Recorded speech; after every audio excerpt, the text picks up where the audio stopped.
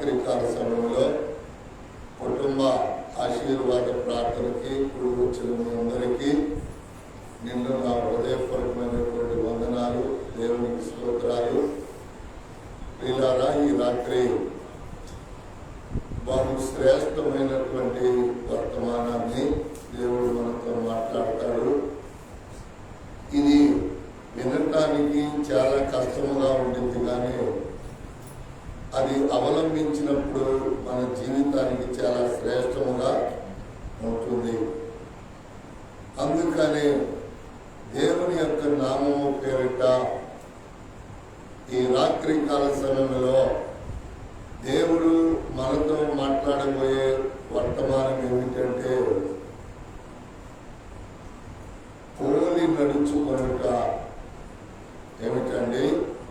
పోలి నడుచుకొనుట. మొదటిది దేవునిని పోలి నడుచుకోవటం, రెండవది సంఘాన్ని పోలి నడుచుకోవటం, సేవకుడిని పోలి నడుచుకోవటం. అలా నడుచుకున్నప్పుడు వాగ్దాన సంబంధమైనటువంటి వాటిని పోలి మనం నడుచుకుంటాం. ఈ 4 విషయాలని ఈ రాత్రి మనం నేర్చుకున్నాం బైబిల్లో నుంచి. మొదటి మాట పోలి నడుచుకొనుట. వర్తమానం పోలి నడుచుకొనుట.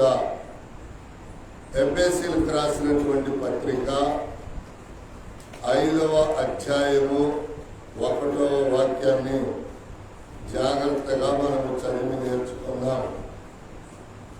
అపొస్తలుడైనటువంటి పౌలు గారు 5:1 ఎఫెసీ 5. కావున మీరు ప్రియులైన పిల్లల వలె దేవుని పోలి నడుచుకొనుడి.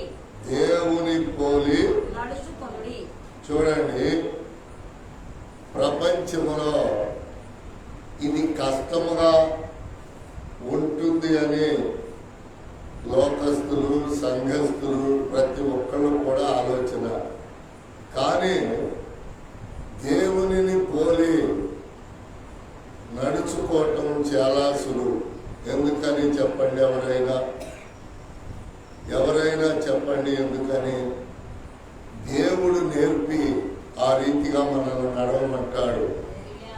తల్లి ఏం చేసిందండి? పిల్లకు పని నేర్పింది, ఆ ప్రకారం చేయమంటది. చేసటానికి అది చాలా సులువు. అలాగనే చాలామంది సంఘస్థులు కానీ అనేకులు కష్టము లోకస్తులు దేవునితో నడవటం కష్టం, దేవుని సంగములో ఉండటం కష్టం అని అనుకునేటప్పుడు దేవుడు ఈ రాత్రి మనతో మాట్లాడుతున్నాడు. చాలా సులువు. హల్లెలూయా. దేవునితో నడవటం ఏమిటంట? చాలా సులువు అంట. ఎందుకని? ఒక్కసారి మనం ఆయనతో నడవలేము.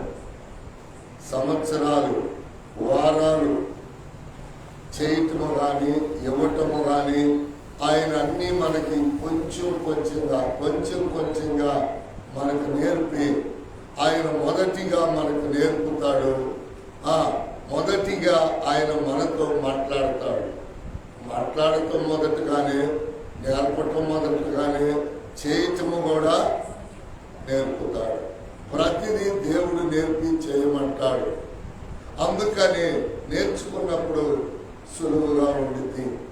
మీకు ఉపమానం చెప్పమంటున్నాడు పరిశుద్ధాత్మ దేవుడు ఈ వాక్యాన్ని బట్టి.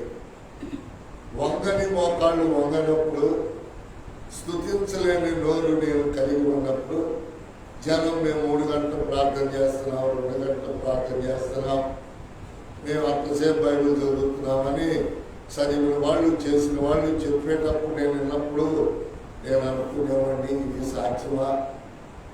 వీళ్ళు నిజమే చెప్తున్నారా? ఏమండి, ఒక మనిషి పనికి వెళ్ళినప్పుడు ఎన్ని గంటలు విరామం లేకుండా పని చేసింది? 6 గంటలు, 6:30 గంటలు, 7 గంటలు పని చేస్తున్నారు. సొంతగా పని చేసుకునే వాళ్ళు అయితే ఉదయం 6 గంటలకు వెళ్ళి సాయంకాలం 6 గంటల వరకు అవసరమైతే ఇంకా చేస్తారు. ఎలా చేయగలుగుతున్నారు? వాళ్ళ పితరులు నేర్పారు, శ్రమ పడతాం, వాళ్ళు నేర్చుకొని చేస్తున్నారు. పితరులు వాళ్ళకి చెప్పారు, వాళ్ళు అవలంబించినప్పుడు వాళ్ళ జీవితాలకు అది సులువుగా ఉంటుంది. అందుకని ఈ రాత్రి అందరూ నాకు తెలియదు చూడండి, చాలా కష్టమైన మాట అనిపించింది. ఎవరికి? సంఘస్థులకి, లోకస్తులకి, అందరికీ. ఎందుకంటే అమ్మో దేవునితో నడవటం మామూలు విషయం అండి అని. కానీ మనలాంటి దేవుడు సృష్టించిన మానవులు ఏలియా నడిచాడు, ఆనోకు నడిచాడు. సులువుగా ఉంటే నడిచారా? కష్టంగా ఉంటే నడిచారా? సులువు. చూడండి, నేను వాకింగ్కి వెళ్ళినప్పుడు కొంతమంది ఆడవాళ్ళు ఇదివరకు వాకింగ్కి వచ్చేవాడు.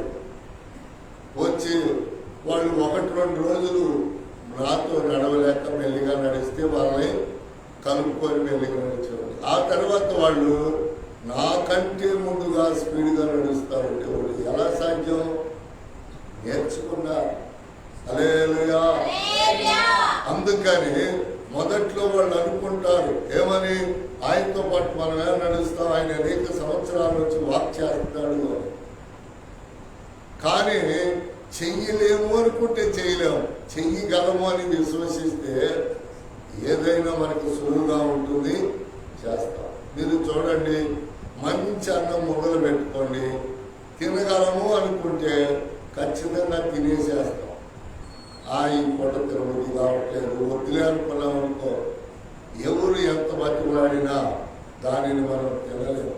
దానికి కారణం ఏమిటంటే ఇక్కడ అంటున్నాడు కదా, కావున మీరు ప్రియమైన పిల్లల వలె దేవునిని పోలి నడుచుకోండి. నడిచారా లేదా చెప్పాలి మీరు. ఏలియా నడిచాడు, ఆనోకు నడిచాడు, అనేకులు నడిచారు దేవునిని పోలి. వాళ్ళు మనలాంటి స్వభావం కలిగిన వాడే కదా. బైబిల్ చెబుతుంది ఏలియా మీలాంటి స్వభావం కలిగిన వాడే కదా.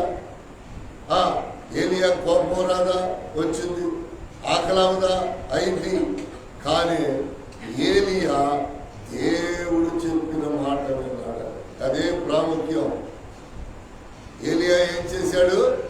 దేవుడు చెప్పిన మాట, ఇదిగో ఈరోజు ఇటు వెళ్ళు, ఈరోజు ఇటు వెళ్ళమాక, ఈరోజు ఇటు ప్రయాణం చేయి, ఈరోజు ఇక్కడ లే, ఇక్కడ తినమాక దేవుడు చెప్పాడు. అదే చేశాడు ఏలియా. అయితే దేవుని వాక్యం మీద దేవుని మాట ఈరోజు ఏ రూపంలో ఉందంటే, దేవుడు మాట్లాడే వాళ్ళతో మాట్లాడతాడు, వాక్య రూపంలో కూడా మాట్లాడతాడు. అర్థమవుతా ఉందా?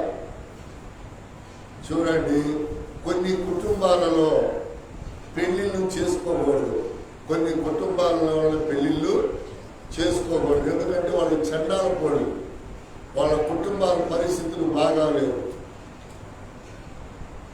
ఊర్లో వాళ్ళు, కొన్ని గోత్రాల వాళ్ళు చెడ్డవాళ్ళు. ఎవరు? కొన్ని గోత్రాల వాళ్ళు, కొన్ని కుటుంబాలను బహు చెడ్డవాళ్ళు. వాళ్ళని ఆ ఊరిలో కానీ వాళ్ళతో ఎవరు కూడా పెళ్లి చేసుకోరాడు. ఆదికాండం 36 అధ్యాయం మీరు ఇంటికి వెళ్ళాలని చదువుకోండి. యోసేపు 3 పెళ్లిళ్ళు చేసుకొని ఆ భార్య ద్వారా, వాళ్ళ చెడ్డ కుటుంబాల ద్వారా బహుతిప్పులు పడ్డాడు. ఆదికాండం 36 మొదటి పెట్టుకోవడం చేసి ఇంటికి వెళ్ళాలని చదువుకోండి. ఎందుకయ్యా ఈ రోజున లోకం ఏమంటుంది? ఆ ఊళ్ళో చేసుకోవద్దండి, ఇదిగో పలాని ఇంటి పేరు చేసుకోకూడదండి. నేను అనుకున్నాను, ఎందుకలా? తీరా ఆదికాండం 36 అధ్యాయం చదివితే వాళ్ళంత చండాల పళ్ళు, వాళ్ళ గోత్రాలు అలాంటి. ఆదికాండం అంతా మనకి ఏం చెప్తుందంటే వంశావళిని చెప్తా ఉంటుంది. ఏం చెప్పింది? వంశావళిని చెప్తా ఉంటుంది.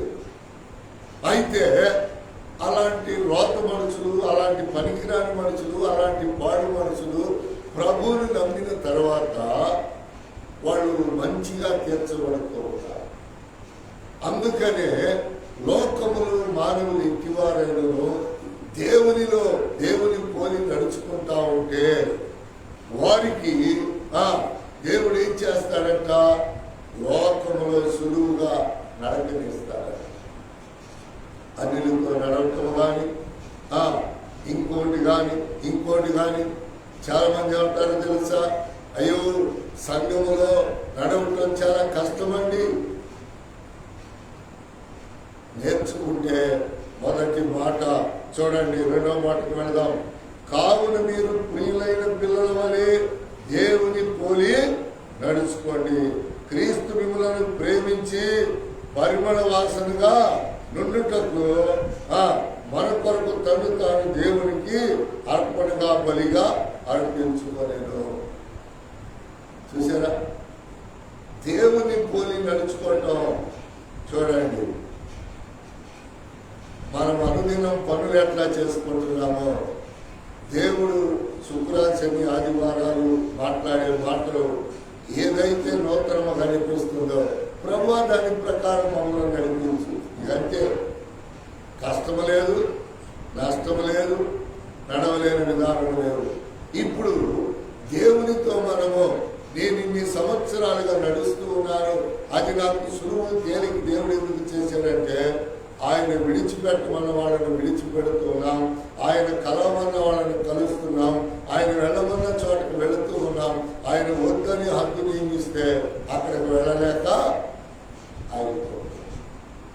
ఎందుకో తెలుసా, ఒకవేళ మానవుడు దేవుడు చెప్పిన దానిని ప్రయత్నం చేసినా సరే అక్కడ కార్యం జరగదు. దేవుని వాక్యంలో ప్రియులారా, మొదటిది దేవుని పోలి నడవటం చాలా సులువు. రెండవ మాటలోకి మనం వెళదాం ప్రియులారా. రెండవ మాట ఏమిటంటే చూడండి, దేవుని సంఘమును బట్టి నడుచుకోవటం. దేవుని సంఘాన్ని మొదటిగా దేవుని పోలి నడుచుకోవటం. రెండవది దేవుని సంఘాన్ని బట్టి. మొదటి దశలోనికి పత్రిక 2:14, మొదటి దశలోనికి రాసిన పత్రిక ఇప్పటి వరకు ఎఫెసీ సంఘాన్ని మనం ధ్యానం చేస్తూ అపొస్తలుడైన పౌలు గారు చెప్పిన విధానికి వచ్చినప్పుడు దశలోనికి సంఘానికి వచ్చాం, 2:14 వచ్చాం. దేవుని పోలి నడవటం సులువని ఎఫెసీ సంఘానికి పౌలు గారు చెప్పి అవును సహోదరులారా అనేకులను నడిపించి ఆయన నడిచి చూపించారు. దేవునికి స్తోత్రం. ఇప్పుడు దశలోనికి సంఘంలో ఉన్న వాళ్ళతో చెప్తున్నాడు, మీరందరూ సంఘములో చేరండి, సంఘముతో పోలి నడుచుకోండి. చదువుదాం. అవును సహోదరులారా మీరు క్రీస్తు యేసునందున్న దేవుని సంఘమును పోలి నడుచుకొనిన వారైతిరి. వారు యూదుల వలన అనుభవించినట్టి శ్రమలే మీరును మీ సొంత దేశస్థుల వలన అనుభవించితిరి. ఆ యూదులు తమ పాపములను ఎల్లప్పుడూ సంపూర్తి చేయుటకై ప్రభువైన యేసును ప్రవక్తలను చంపి చాలు, ఇంకెక్కువ.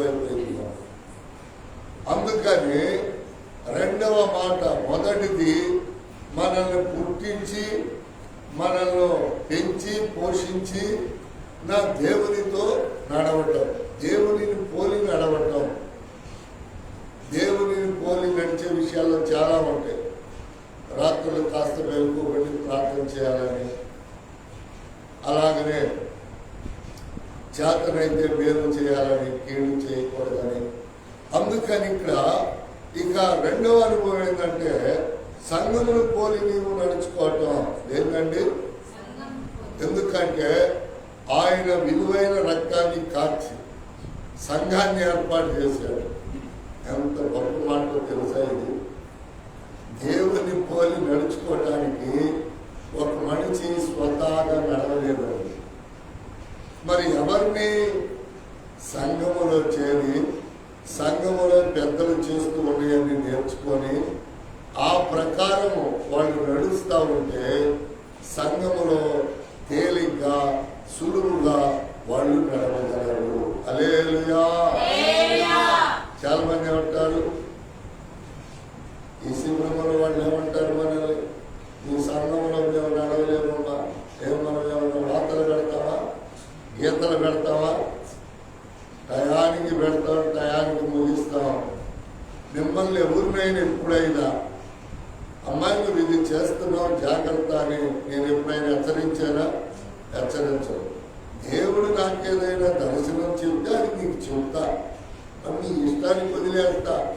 కానీ లోకం ఈ ప్రాంతం వాళ్ళు ఏమంటారు, నీ సంఘంలో వాళ్ళంటారు. ఏమండి, మనం ఎవరిని? నీచుల్ని, పాపుల్ని, దౌర్భాగ్యుల్ని. మనతో వీళ్ళు నడవలేకపోతే రేపు పరిశుద్ధులతో వీళ్ళు నడవగలరా? చెప్పలేదు. అందుకే నేను మీకు కొన్ని వందల సార్లు చెప్తాను, వచ్చావా పోయావా నిద్రపోయావా అనే సంఘాలలో అవి దుష్ట సంఘాలు. దేవుడు వాటిని అపవిత్రమైనటువంటి స్థలంలోకి గెంటి వేస్తాడు. కీర్తనాకారుడు చెప్తాడు, దుష్టులతో దుష్ట సంఘాలతో నేను సాంగత్యం చేసిన ఎడల ఎలాగ పరిశుద్ధుడిగా నువ్వు తీర్చబడతావు. దుష్టుల సంఘం ఉంది, దుర్మార్గుల సంఘం ఉంది. కనుక దేవుని యొక్క నామం పేరిట ఏ సంఘాలు ఉన్నాయంటే చూడండి ఒక్కసారి. కీర్తన 20 చూడండి. కీర్తన గ్రంథం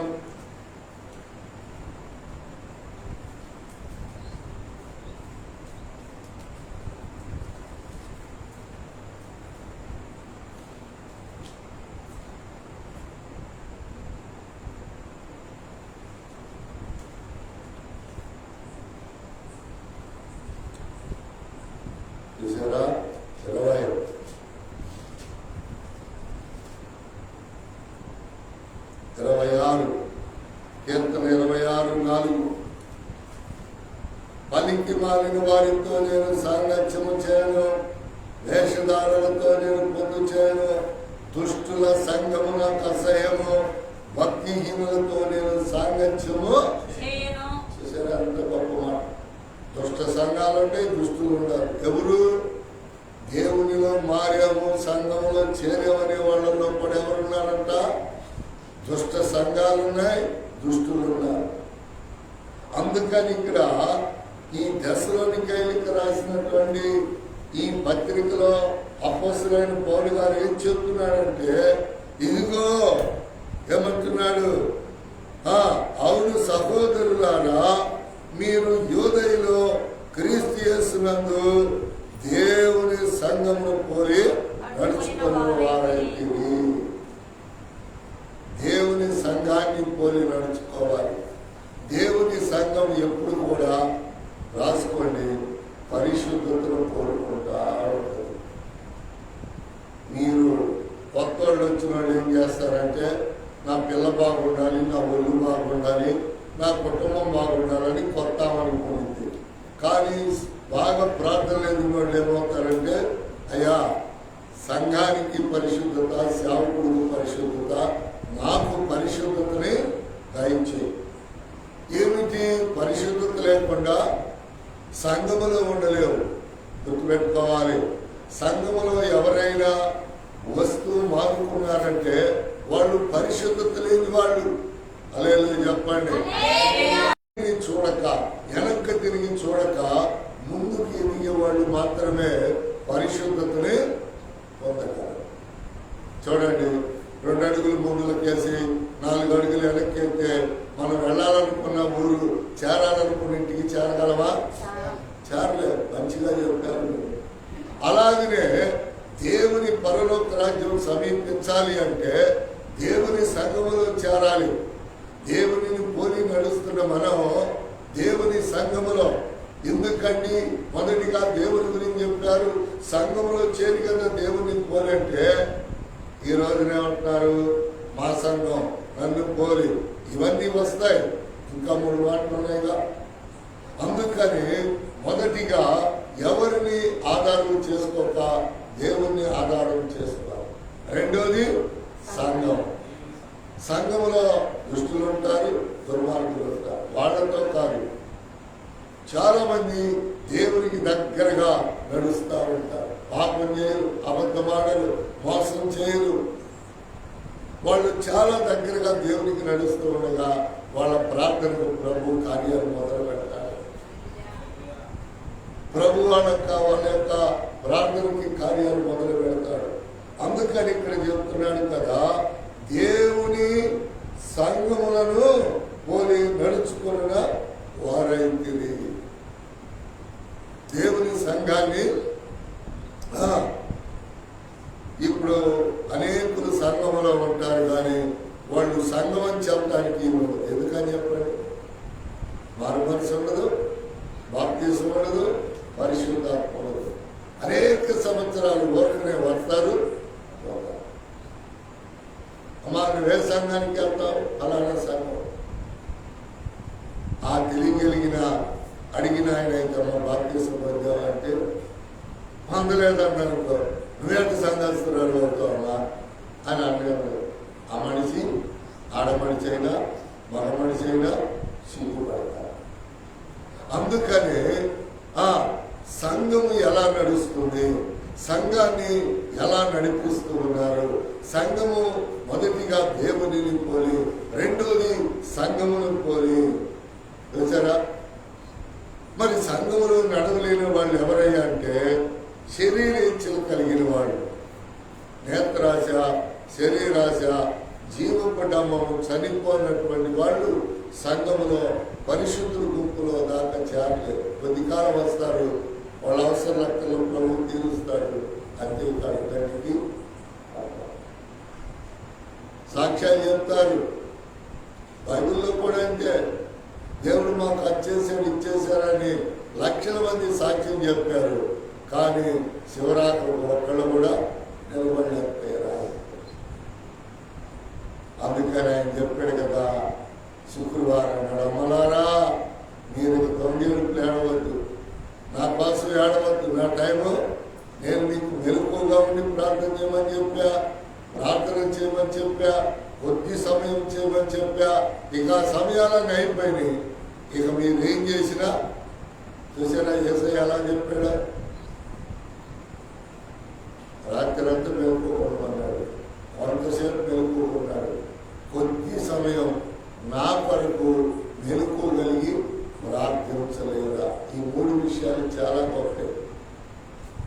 వాళ్ళకి ఏం చేసింది సాతాను? ఎక్కడాన్ని ముసుకేసి ఏం చేసింది? కొందరికి గర్వం అనే ముసుగు. చూడండి, యెహెజ్కేలు పుస్తకం రాసుకోండి. యెహెజ్కేలు పుస్తకం 13-18 చదవండి. చాలా మందికి అపవాది ముసుగులు వేస్తూ ఉంటుంది. ఆ ముసుగులు ఇక్కడ ఉన్నాయి. యెహెజ్కేలు గ్రంథం 13-18. ప్రభువైన యెహోవా సెలవిచ్చినదేమనగా, మనుష్యులు వేటాడవలెనని చేతులు కీళ్లనన్నిటినీ గుడ్డలు కట్టి ఎవరి ఎత్తు చొప్పున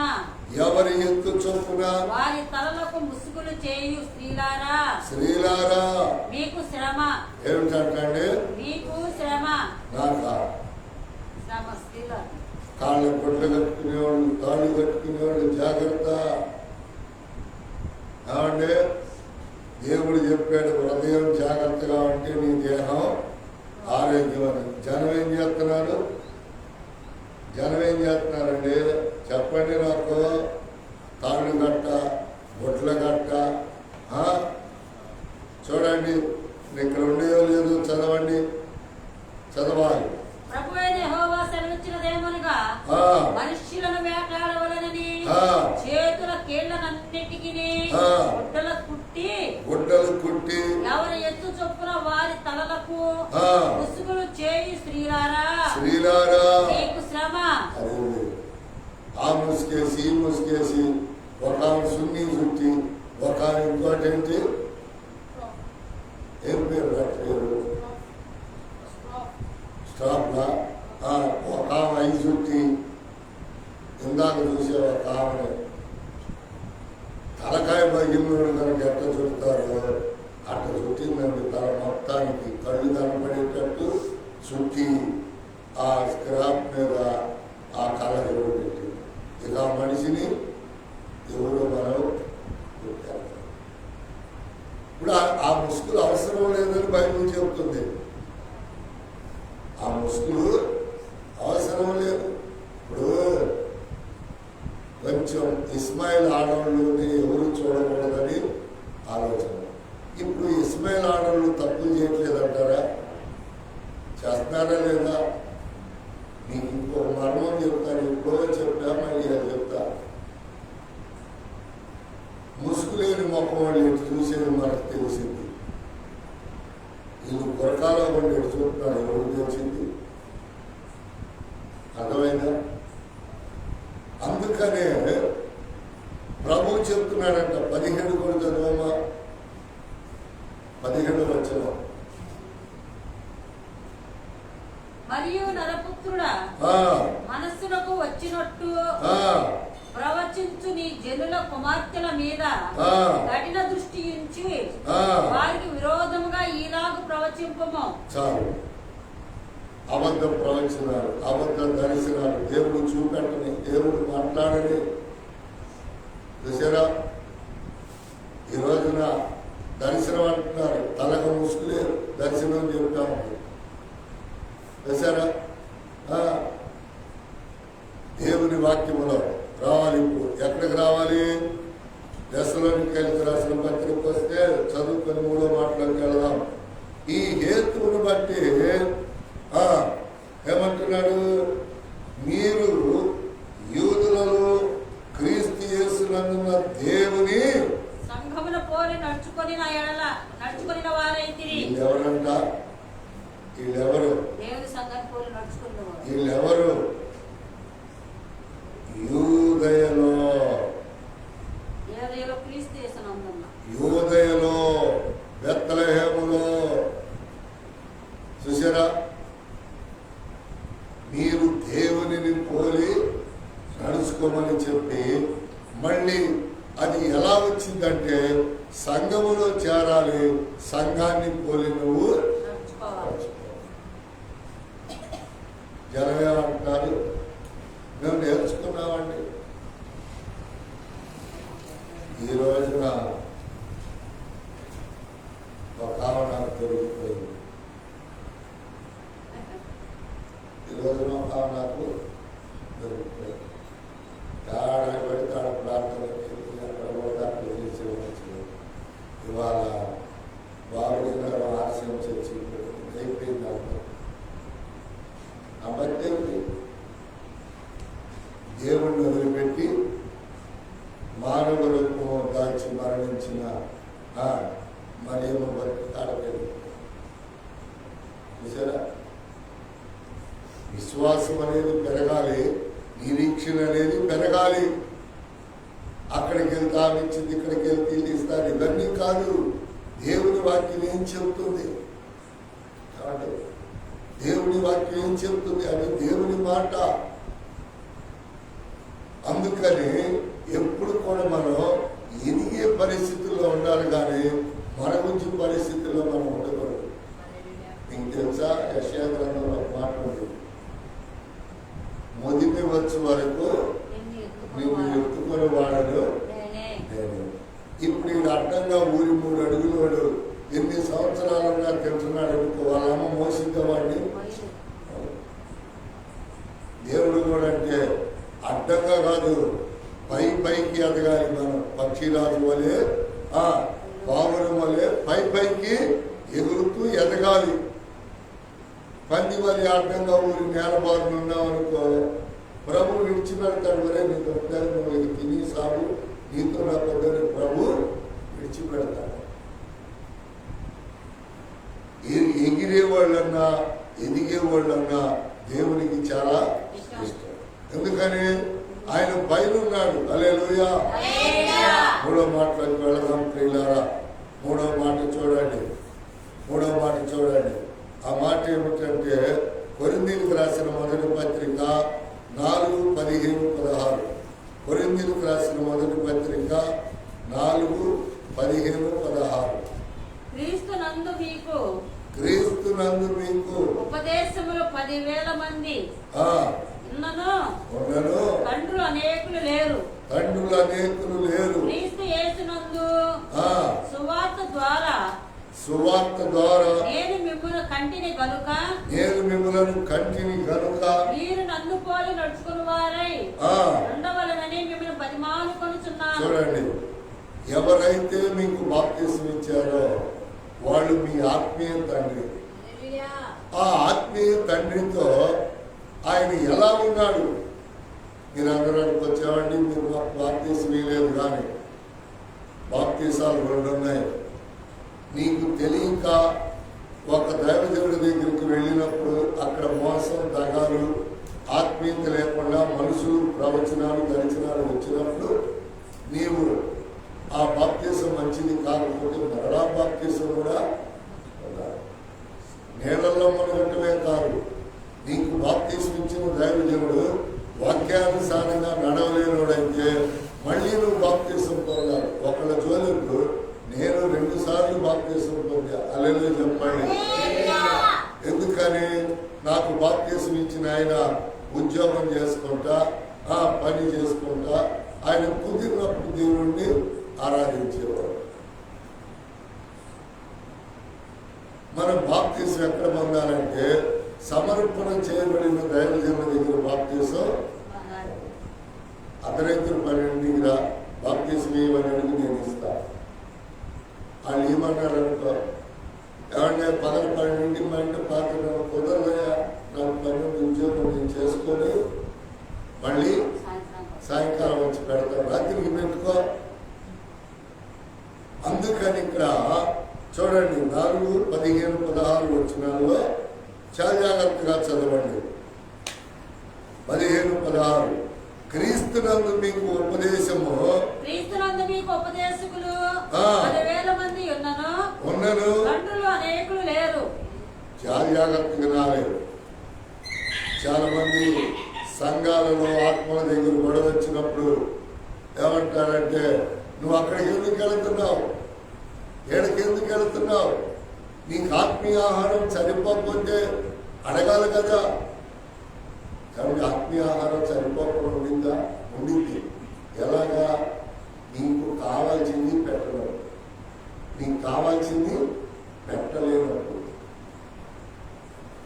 అందుకని ఇక్కడ ఇంకా ఏమంటున్నాడు చూడండి, తండ్రులు అనేకులు లేరు, క్రీస్తు యేసునందు సువార్త ద్వారా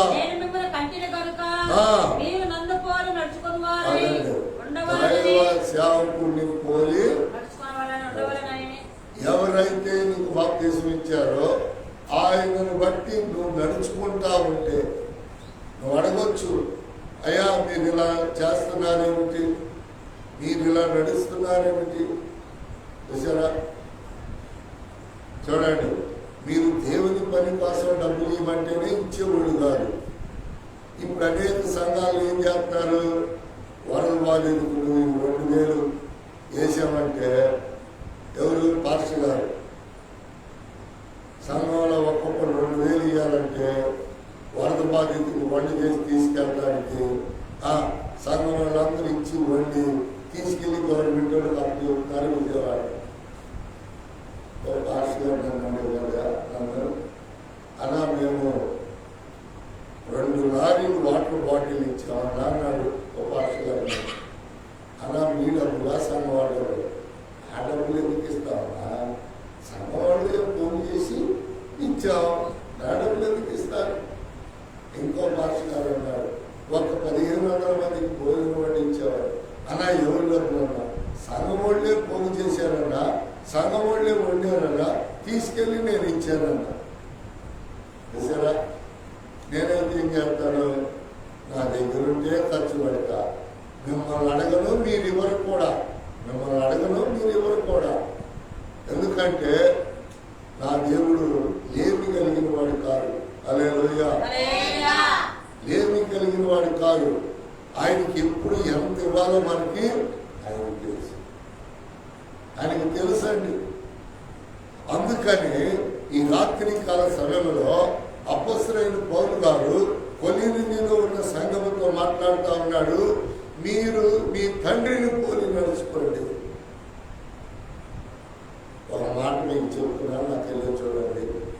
ఎప్పుడైతే మీరు తండ్రిని బట్టి నడవలేకపోతారో మీరు ఆటోమేటిక్గా విశ్వాసంలో పడిపోతారు. పాపములో, నేత్రాశ, శరీరాశ, జీవక్రమంలో పడిపోతారు. పడిపోయిన తర్వాత మీకు వచ్చిన కష్టాలను బట్టి ఒక మంచి మాట రాసుకొని చదువుకొని యెషయా గ్రంథం 45:13 దేవుడు నీ కుటుంబానికి నీకు కీడెందుకు చేస్తాడో చూడు. యెషయా గ్రంథం 45:7 యెషయా గ్రంథం 45:7 చదువు. నేను వెలుగును సృజించిన వాడను. చాలా జాగ్రత్తగా వినాలి మాట. నేను వెలుగును సృజించిన వాడను, అధికారమును కలుగు చేయు వాడను, అధికారమును కలుగు చేయు వాడను, సమాధానకర్తను, సమాధానకర్తను, కీడును కలుగు చేయు వాడను నేనే. ఏంటంట? సమాధానకర్తను. అండర్లైన్ చేసుకో. దేవుడు ఏం చేస్తాడంట? మొగుడు కీడు చేయాలా, పిల్లానికి కీడు చేయాలా, పిల్లలకు కీడు చేయాలా? ఎప్పుడు? దేవునితో నడవలేనప్పుడు, సంఘములో నడవలేనప్పుడు, సేవకుడితో నడవలేనప్పుడు. ఎందుకో తెలుసా? గవర్నమెంట్ రూల్ పెడుతుంది. దేవుడు భార్యాభర్తలు విడిపోయి ఇన్ని నెలలు ఉంటే మీరు విడాకులు తీసుకోవచ్చు.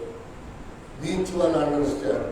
అలా కాకుండా ఆయన మంచోడు కదని, ఈయన మంచోడు కదా అయితే 3.5 సంవత్సరాలు, ఇంకా పాపాలు శాపాలు చేసుకున్నట్లయితే 7.5 సంవత్సరాలకి. దేవుడు లోకములోనే అన్ని నియమాలు, హద్దులుంటే మరి దేవుళ్ళో ఉండవండి? ఉంటాయి. అందుకని అంటున్నాడు, నీకు వెలిగిచ్చాను, నిన్ను నడిపించాను, నీకు అది చేశా. అయితే నువ్వు నాతో నడవలేనప్పుడు, సంఘంలో ఉండలేనప్పుడు, సేవకుడితో నడవలేనప్పుడు నాతో మీరేం చేయాలి? నడవాలి. పాస్టర్ గారు చెప్తుంది, మీరెవరైనా ఎక్కడ మైకి పెట్టి నా కుటుంబ ప్రార్థన అంటే అది నా గొంతైనా పాస్టర్ గారి గొంతనైతే మీరు రావాలి. మీరేం చెప్తారు? సైతాన్ మాటిని ఆ ఇంట్లో మమ్మల్ని పిలవలేదు, ఆ ఇంట్లో మమ్మల్ని పిలవలేదు, నేను రాకూడదు అంటారు. అక్కడ వాక్యం చెబుతుంది ఎవరు? ఈ ఆత్మీయత అండి. అక్కడికి వస్తే నువ్వేం చేస్తావు? ఓ మాట, ఓ ప్రార్థన, ఓ పరిచర్య చేస్తావు. దానివల్ల నీకు దీవెన వస్తుందా లేదా? వస్తుంది.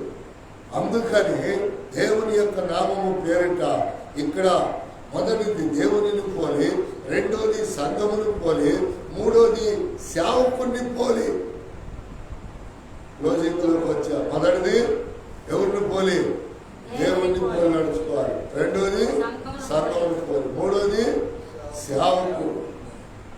నువ్వు సేవకుని పోలి గట్టిగా ఒక 3.5-7.5 సంవత్సరాలు నడిస్తే నీ వాక్యం చెప్పడం రాకపోయినా, ప్రార్థన చేయటం రాకపోయినా మొత్తం నిన్ను నిలబెట్టి ఆయన వాడుకుంటాడు. హల్లెలూయా. ఆడ మనిషినైనా వాడుకుంటాడు, మగ మనిషినైనా వాడుకుంటాడు. చివరి మాట ప్రియులారా, అదేమిటంటే దేవుని వాగ్దానాలు నువ్వు అనుభవించలేకపోవడానికి కారణం ఏప్రిల్ 6:12 ఏప్రిల్ 6:12 ఏప్రిల్ 6:12 విశ్వాసం చేతను ఓర్పు చేతను 6:12 చదువు.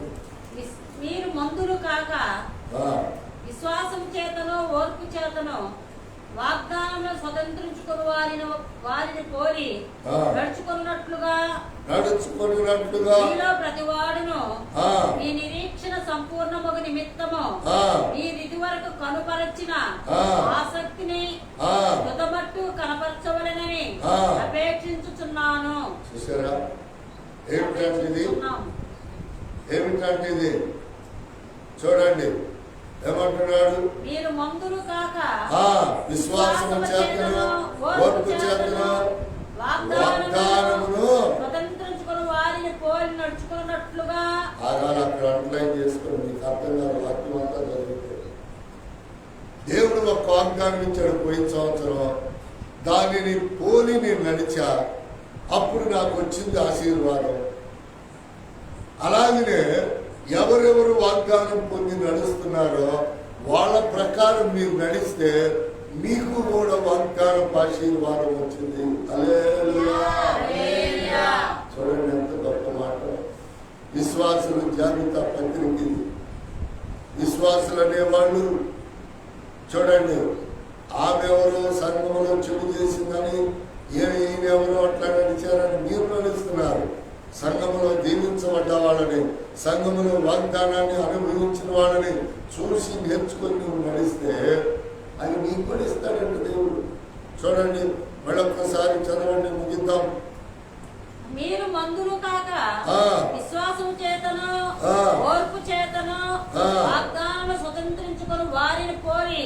అదండి వాగ్దానములు మనకంటే ముందు, హల్లెలూయా, మనకంటే ముందు అనేకులు వాగ్దానాన్ని పోలి నడుచుకుని నట్లుగా మీలో ప్రతి వాడు నిరీక్షణ పరిపూర్ణమగు నిమిత్తము ఇదివరకు కనపరిచిన ఆసక్తిని తుదమట్టుకు కనపరచవలెనని అపేక్షించుచున్నాము. గుర్తుపెట్టుకోండి, వాగ్దాన ఆశీర్వాదం పొందాలి అంటే మొదటి ప్రేమ, మొదటి విశ్వాసాన్ని పునర్నిర్మాణం చేయాలి. అప్పుడే మనకేమిస్తాడు దేవుడు? వాగ్దాన ఆశీర్వాదాలు మనపై కుమ్మరిస్తాడు. జనం ఏం చేస్తున్నాడు తెలుసా? వాగ్దానం కూడికనగానే ఆశీర్వాదం వచ్చేసి దాన్ని పరిగెడుతున్నారు. ఈ మూడు చోట్ల, ఈ మూడేమిటి? సేవకుని పోలి నడవటం, సంఘాన్ని పోలి నడవటం, సేవకుని పోలి నడవటం చోట. అందుకని ఈ రాత్రి కాలంలో ప్రియులారా, మనకంటే ముందు ఎంతో మంది మీరు చూడండి, కొన్ని సేవలు చూడండి, కొంతమంది విశ్వాసంలో చూడండి, అట్టడుగు నుంచి చూసారా, అడుగు తినే దశ నుంచి అందరికీ పెట్టగలిగే స్థితి వరకు వాళ్ళు ఎదుగుతున్నారు. ఎలా? వాళ్ళలో మొదటి ప్రేమ, మొదటి విశ్వాసం సావకుండా వాళ్ళు పెంచుకుంటూ విశ్వాసంలో నమ్మకస్తులుగా ఉంటారు కనుక దేవుడు వారిని ఆ రీతిగా నడిపించాడు. దేవుడు ఈ రాత్రి మనందరినీ కూడా ఆ రీతిగా నడిపించి వాగ్దానపు జల్లులు ఆశీర్వాదాలతో కుమ్మరించి నడిపించుగాక. హల్లెలూయా.